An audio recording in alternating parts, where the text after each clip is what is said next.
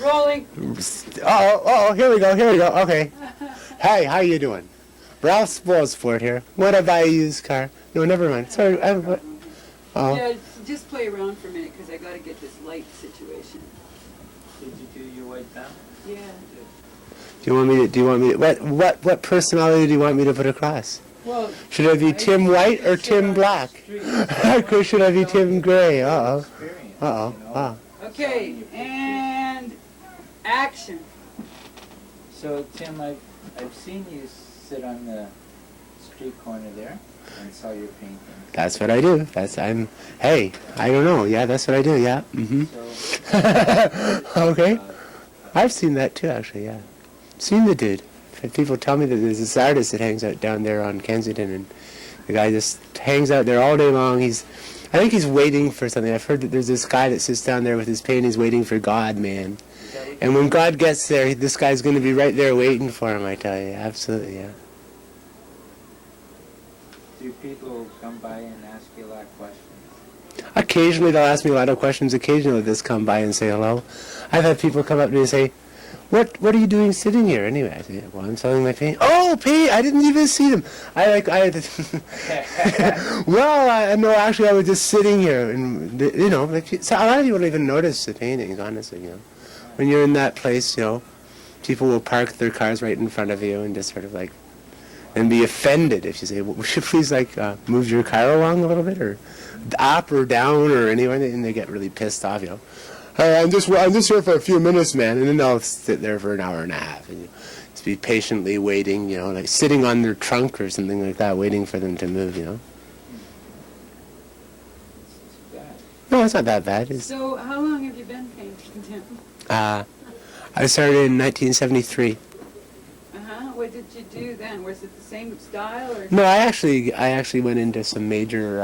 I started out with mostly abstract, completely abstract, water. I did a lot of abstract watercolors, I was working on getting dynamic appeal and stuff like that. I wasn't working on anything realistic back then. No, never occurred to me realism just wasn't a part of what I was into at that point. But then it didn't take long. It was a couple of years later when I actually stumbled across this book sitting on the bookshelf in my parents' home. It's an artist named Degas or Degas, whatever, and I said, "Wow, is that what you're supposed to do?" And sort of turned my life around. Really, put a whole new direction in my work. That was it. I guess 74 or 75. And your paintings right now are really bright, incredibly interesting. Do you have a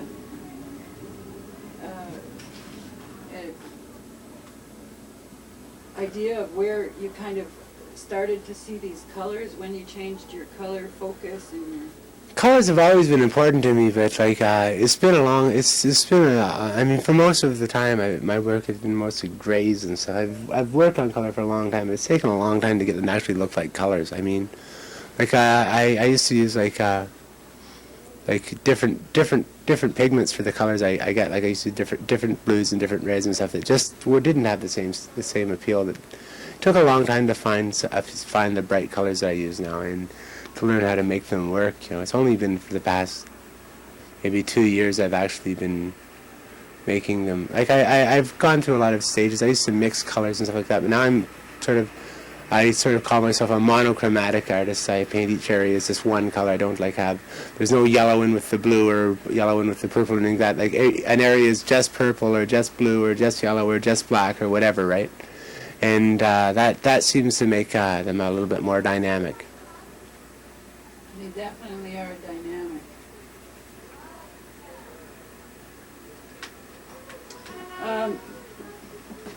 Any political, philosophical views about the images?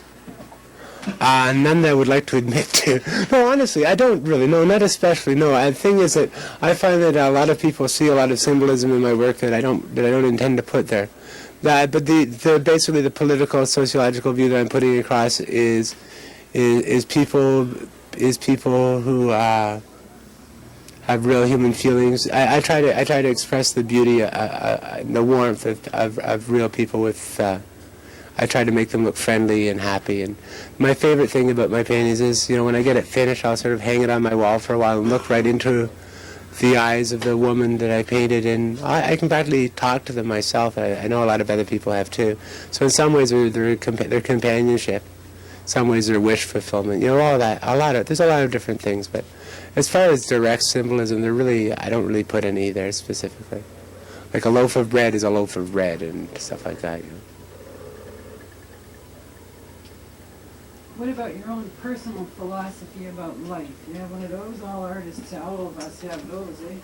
Yeah, well, I have a fairly complex range of things that I believe in and would like to continue pursuing. I guess in many ways, I'm still on a search for an actual ideal religious or personal or spiritual philosophy, but I've learned a lot. I've come a long way, but no, I don't think I have anything like specific as to that would summarize who I am, even yet. I ain't there yet. I'm interested in the fact that your work doesn't seem to reflect any negativity of the times, but rather sort of a hope for just everyday life and living. Absolutely. Yeah, I'm not a pessimist. I don't worry about it. I'm looking at a serious reduction in my standard of living in the next few months, and I'm just keeping on smiling. Right, just keep on walking one foot in front of the other. Be happy. Whatever you do, just don't let it get you down. I am an optimist. I really admire Renoir actually above all artists for their attitude towards being happy and stuff like that. I admire that sort of thing, and I would like to be that way myself. I think that there's Renoir all crippled and gnarled in a wheelchair, but probably with the most beautiful smile on his face you'd ever want to see. I think that's what I would like to be when I get old. I'd like to be like that. How are your paintings selling? Oh, incredibly well. I mean, I don't get any money for them. I get back the money of my supplies, but I basically I can't keep up. And my production is really slow, and the sales. I build up a few, and then within a week they're all gone again. Right? I pull them off the market for a few weeks and build up a collection again, and then start selling them again, and just like that. It's just I can't hold on to them. But the thing is, I can't raise the prices either because the people that buy my paintings don't have a lot of money. Like they do sell, but I'm looking at the choice between either selling or not selling. I'd rather sell them really fast than not sell them at all. And the last thing I want to do is make my friends pay more money than they can afford, because I'm sure they would find ways to come up with $150 if they had to, but I wouldn't feel right about that, because I know how much money that is, and most of the people that buy my paintings are pretty much in the same position that I am. If I was a person who wanted to find you in order to buy one of your paintings and therefore support your art, where would I find you? Well, I don't know right now. I mean, the winter's coming on, but I do have the Mona Lisa wall, the Mona Lisa with the banana. That's sort of my spot. I go out there whenever I get a chance. And I have a couple of paintings displaying in Kim's Cafe. And I live right upstairs from Kim's Cafe, but I certainly wouldn't want to advertise the point too much. But I am easy to find. There's a lot of people that can come up and say, "Where does Tim the artist live?" And they'll find out. I'm not a hard person to find. I'm not in hiding or anything like that. You sit on the sidewalk in front of the wall at Kensington. What are there any interesting things people say to you when they come by? I just love sitting there. I mean, it's better than going to the cinema, man. You see all these people in all these different types of clothes and all these different. But I know I'm not answering your question. Yes, you are. You see all these beautiful girls, young girls, old girls, black, white, fat, thin, short, tall, men, women, couples, different types of couples. It really does enable me to keep my ideas flowing from my paintings themselves. Kensington Market it's not just a place to live, and it's not just a place to sell my paintings. It's actually a major stimulus for me. It really is. It's a major it really makes the difference. I mean, before the paintings I was making before I started selling in Kensington Market, there was really no comparison to what I'm making now. And it was the change was quite immediate, and it's still happening, right? So my understanding is that funding's being cut from artists all over, and so the artist community in Toronto is becoming poorer and poorer.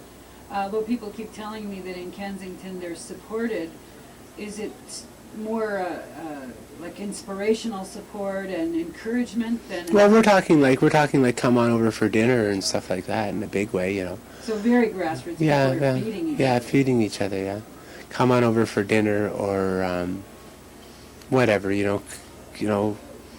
It's a family thing, you know. It's sort of like you know, make sure you have it. Make sure you have the most important thing is just people make sure you've got some food in your stomach. People, you know, if I'm starving, people will pull through, you know, and you know, and people buy my paintings too, you know. Even people that can't really afford them will make the effort to bring the money together. And you know, there's another factor to Kensington Market is the people around here don't rip me off very often. Like when I was, if it's not unusual when you're a painter and you're selling stuff on credit for the person never to come back, you know.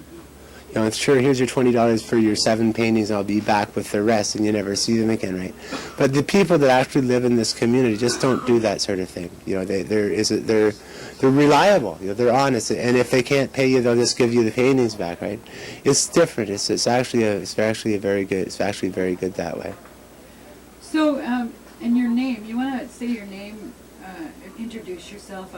We're doing it at the end, but I'm going to edit this. So if you'd introduce yourself, and then is there anything you can say about these paintings, like individually, what they're, I mean, they're very obvious what they're about because they're so beautiful and vibrant, but I don't know, you might want to talk about one or two of them or something. I don't know. I mean, like it's so. I have so many paintings. I honestly, if I were to try to talk about one specific painting, I don't know if I would be able to do it because, well, I barely remember making most of my paintings, honestly. What was I thinking then? I don't know. Well, then you can introduce yourself at the end of the tape, and we'll be fine with that, right? Okay, sounds good to me. Okay, so you want me to do that? Sure. Hi, I'm Tim Radford. I'm an artist in Kensington Market, and I love to paint. I've been doing it for a long time, and I hope I'll be doing it forever. I mean, like, you never know. Great. Thank you, Ken.